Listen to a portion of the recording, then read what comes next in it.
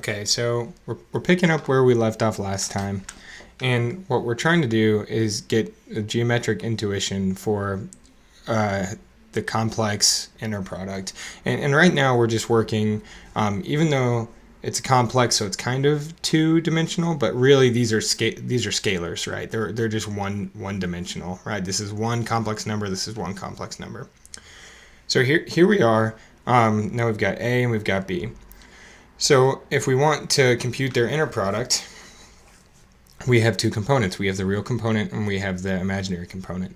And the imaginary component is just the cross product, and the real component is just the dot product. So let's go ahead and compute the cross product of this, and that's easy to do.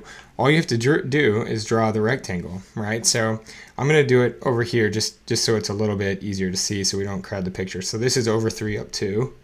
So over 3 up 2, right? And this is up 3 over 2, right? So that's right here.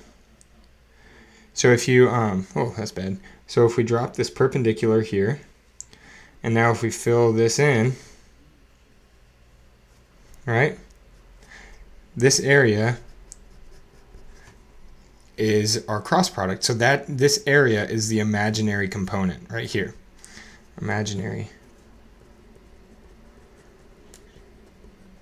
component. And then what we can do is we can do the same squishing procedure, right? So this length here, I didn't compute these ahead of time, but this is going to be something bigger than 1. I don't know what it is, maybe square root of 3. But what you can do is you can squish it such that this length is 1, and then you have some height here. So let's just draw that height as, you know, something like this. Right? So this area and this area are the same, but this one is just kind of nice because it has a length 1 here, and that has a height that's easy to work with. Okay, so now we've got the imaginary component. Now we're going to the real component, which is the dot product. And what we were saying up here is to compute the dot product, you just rotate your first one by 90 and then find the area. So that's what I'm going to do here. So I'm going to leave B the same. So B is over just like that. And then A, I'm going to rotate. So it's going to be over 2 this way and up 3.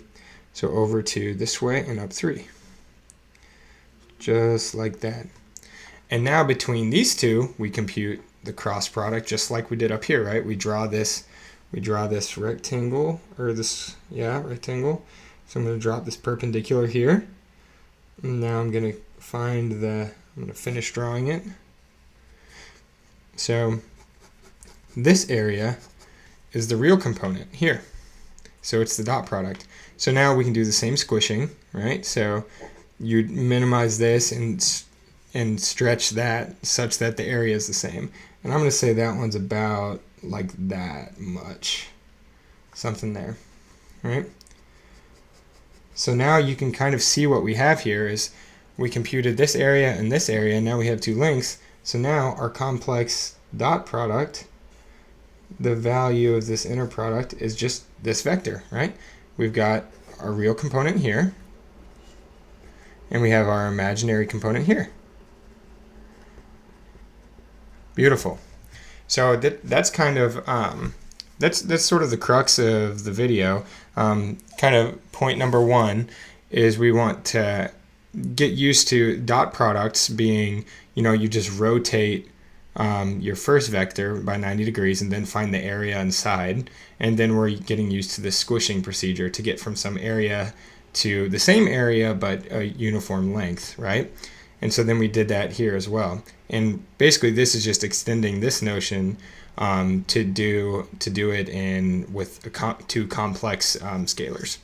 So now the next step, and we'll do that in the next video, is what we've done is we've talked about scalars in the complex and the real cases. We can work on the next one. We will do multi-component. So that'll be the next.